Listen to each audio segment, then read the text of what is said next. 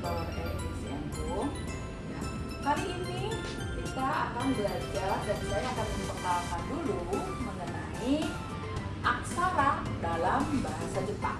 Ada aksara ya dalam bahasa Jepang, yaitu ada hiragana ya, di mana di sini untuk menuliskan partikel yang tadi sudah kita jelaskan di video sebelumnya, kemudian kata kerja dan kata sifat ya.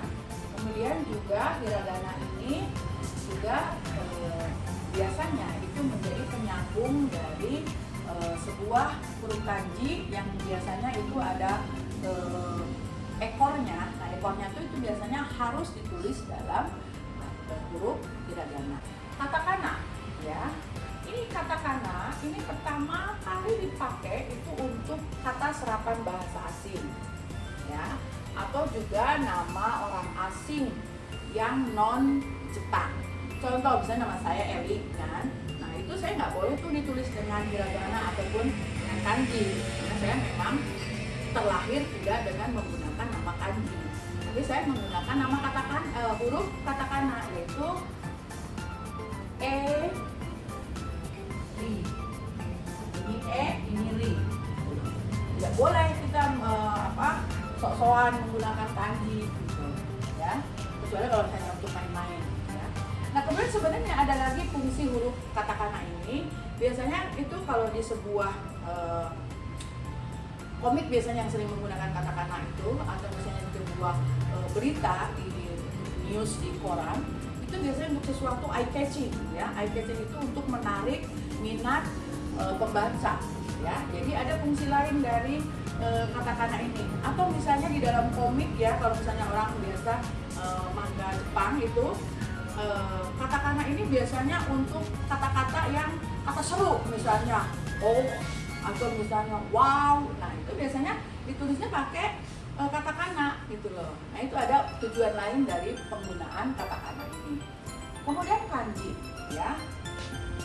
Kanji itu seluruhnya sebenarnya untuk penggunaan sehari-hari, sampai kita bisa membaca koran atau membaca artikel-artikel berita, itu jumlahnya yang kurang lebih itu ada 1954. Dan ini sifatnya adalah memorizing, ingatan gitu loh. Jadi kita harus menggunakan daya ingat kita bagaimana untuk menghafal kanji-kanji tersebut ya. Sebenarnya aksara yang biasa dipakai di Jepang itu yang disebut dengan romaji. Romaji itu sebenarnya aksara kita, yaitu aksara Latin ya. Nah, saat ini di Jepang itu untuk lebih friendly kepada wisatawan, banyak sekali petunjuk-petunjuk nama toko atau nama penunjuk jalan itu menggunakan huruf Romawi ini, atau huruf dalam bahasa Jepang itu disebut romaji. Romaji, ji itu kan artinya huruf, Roma itu ya dari Roma, itu dari Romawi gitu loh. Nah, itu sama seperti huruf yang digunakan kita di Indonesia, yaitu alfabet ya, A B C D E F. Nah, biasanya ini romaji ini sekarang di Jepang itu ada satu tujuan, yaitu untuk lebih friendly ya, untuk lebih memudahkan pada wisatawan yang mereka tidak bisa baca kanji, tidak bisa baca hiragana atau katakana. Itu ada di nama-nama penunjuk jalan atau nama-nama arah atau nama-nama beberapa toko, itu sudah menggunakan huruf Romawi ini, huruf romaji ini, ditulisnya benar-benar dalam bentuk tulisan alfabet yang kita kenal. Nah, contoh ya, saya mau kasih contoh di sini. Mori sang wa ya, Jon sang to bari ikimasu. Kita lihat di sini ya. Mori ini adalah huruf kanji. Saya kasih tanda yang lingkaran adalah huruf kanji untuk ini aja, untuk marking ya, supaya lebih gampang saya menjelaskan. Sang ini yang segitiga, ini adalah aksara hiragana. Wa ini adalah partikel ya, mori sang wa.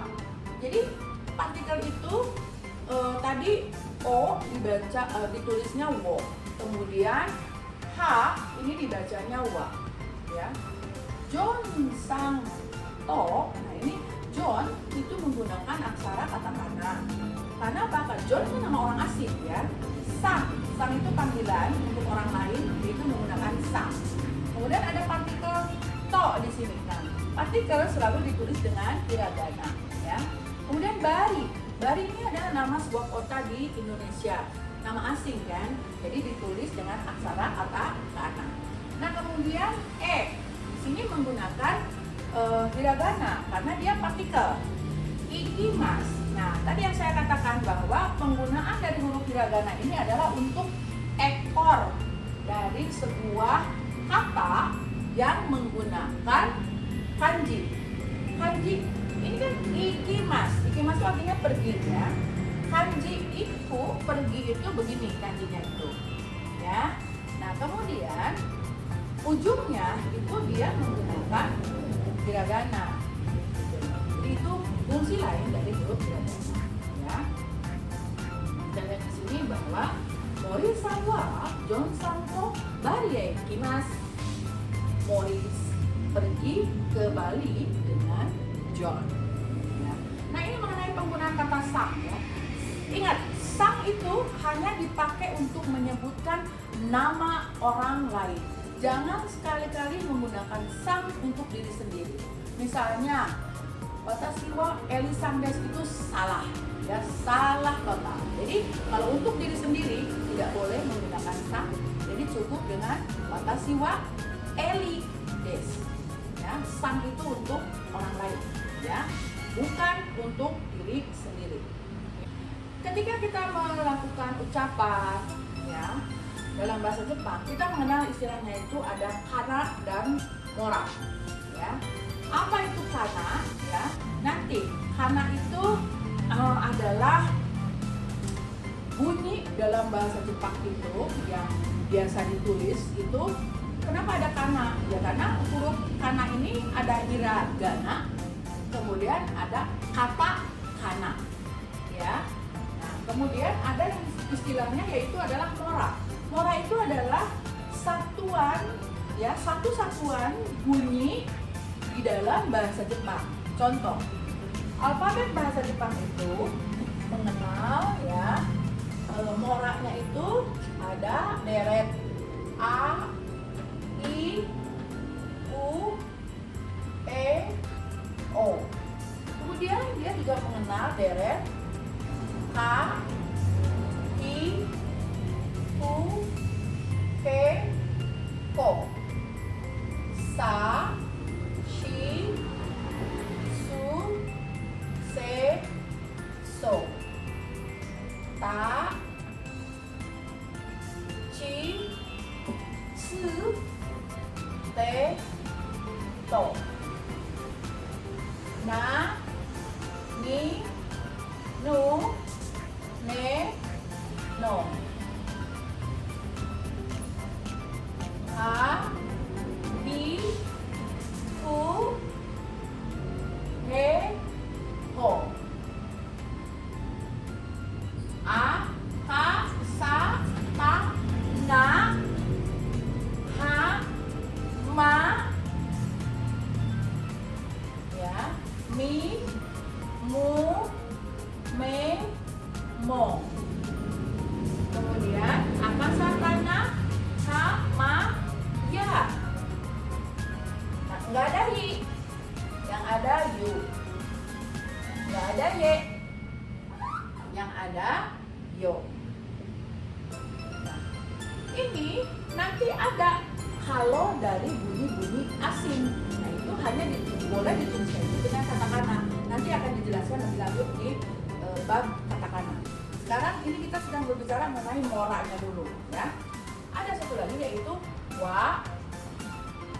Nggak ada wi, kecuali nanti ucapan atau mora bahasa asing. Ya, misalnya kalau ada nama Dewi, nah wi-nya itu harus ditulis katakana. Nah itu ada tuh moranya itu, wi itu, yaitu huruf u dan i menjadi wi. Tapi kalau hiragana kita tidak pernah ada huruf yang menggunakan wi ini, ya. Wu juga nggak ada, wo juga nggak, ye juga nggak ada. Yang ada adalah wo, itu untuk untuk partikel. Tapi kita akan membacanya ini dilesapkan, jadi kita cukup membacanya O saja. Contoh tadi ya, Nihongo o desu. Kemudian ada satu lagi yaitu N. Ya, N aja, benar-benar N. Contoh, nanti kita akan menemukan beberapa kata yang dimana menggunakan huruf N. Misalnya, Nihon. Itu kan ditulisnya itu Nihon. N ini, ya. Kita nanti untuk pengucapan N ini itu ada beberapa aturannya. Kapan N ini dibaca eng, kapan dibaca M, kapan dihilangkan, dan kapan dia dibaca murni pure N. Ya, nanti akan saya jelaskan lebih lanjut. Jadi ini mora dalam bahasa Jepang itu ada a, i, u, e, o, ka, ki, ku, ke, ko, sa, shi, su, se, so, ta, chi, tsu, te, to, na, ni, nu, ne, no, ha, hi, fu, he, ho, ma, mi, mu, me, mo, ya, yu, yo, wa, wo, ya. Tapi kalau ketika kita menggunakan partikel bunyi wa, bukan menggunakan wa yang ini, tapi ha, ya, watashi wa, ya, tulisnya adalah watashi ha, ya, watashi wa. Padahal kita bacanya dia wa, ya, kita membacanya dia wa, ya. Begitu juga wo, ketika dia berperan sebagai partikel, maka kita akan membacanya dia menjadi o. Nihongo o benkyou shimasu, ya. Nihongo.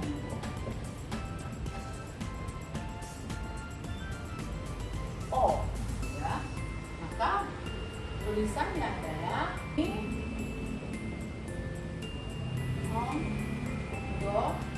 o. Ya, ini.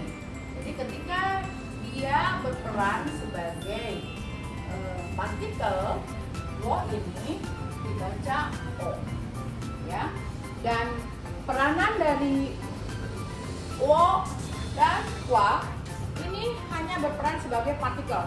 Tidak ada kata tunggal, baik itu sebagai kata benda ataupun sebagai kata sifat, apalagi kata kerja.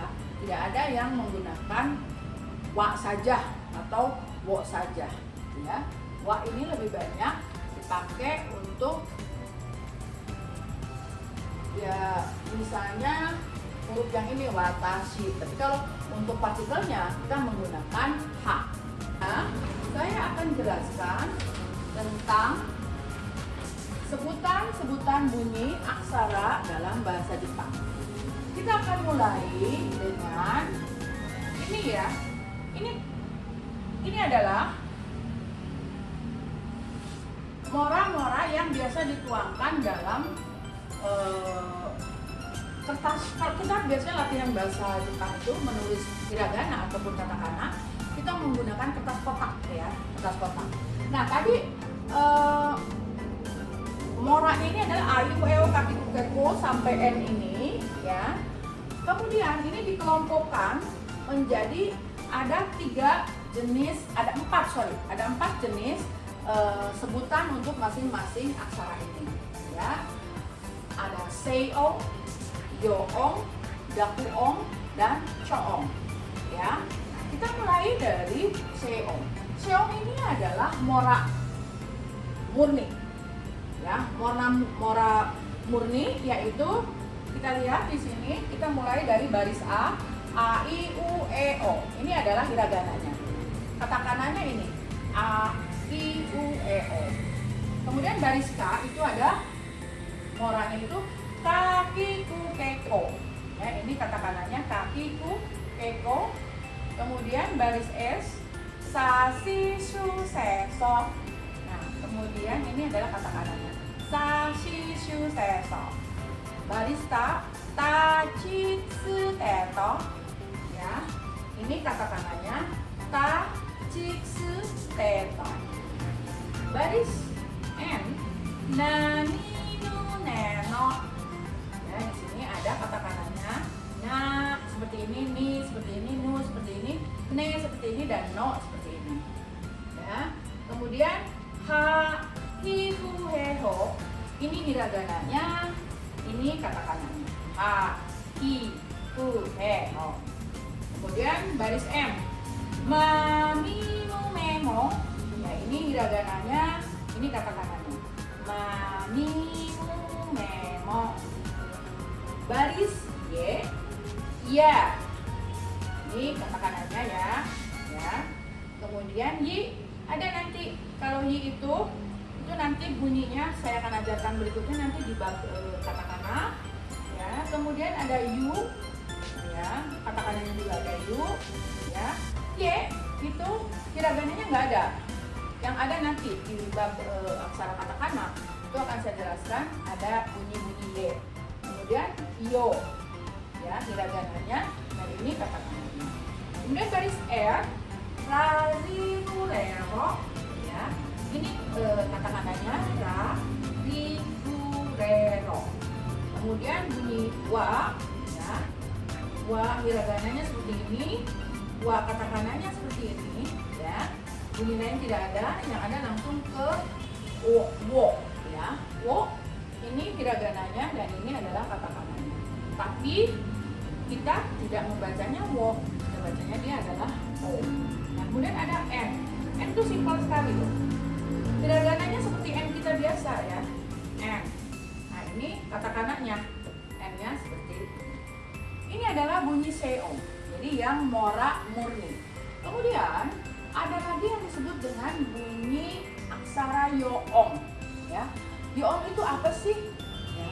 Yoong itu adalah huruf deret baris ini tadi ya, baris K yang konsonan ya, baris K, sa, ta, na, ha, ma, ya, ra, wa ini bisa ditambah ya, sampai di ra ya, bisa ditambahkan dengan ya, jadi huruf ki,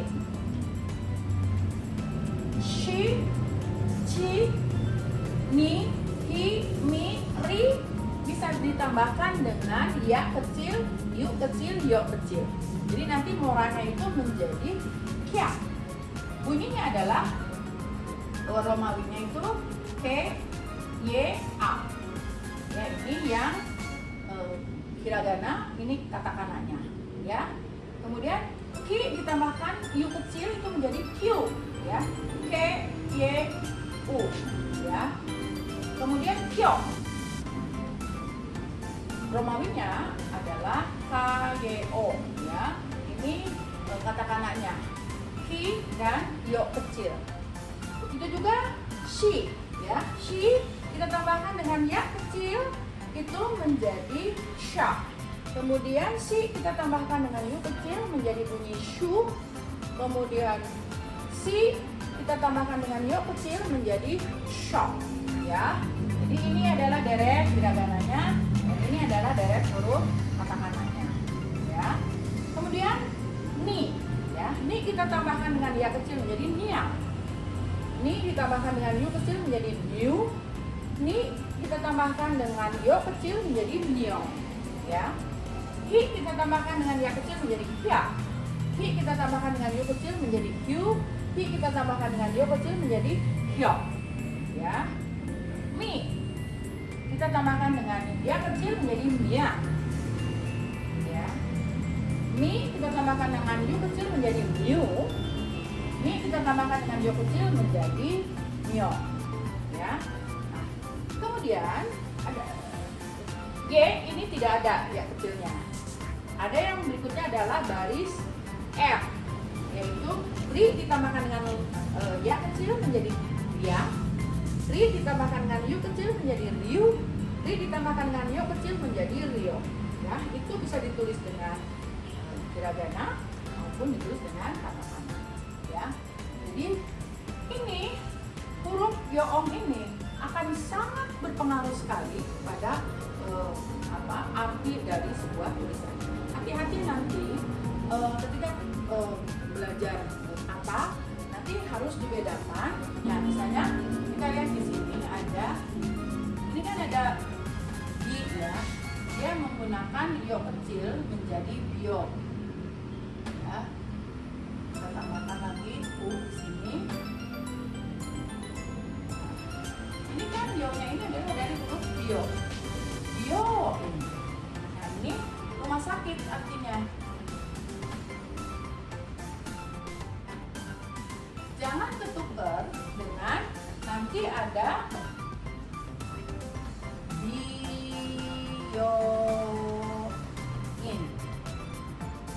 Ini adalah salon kecantikan.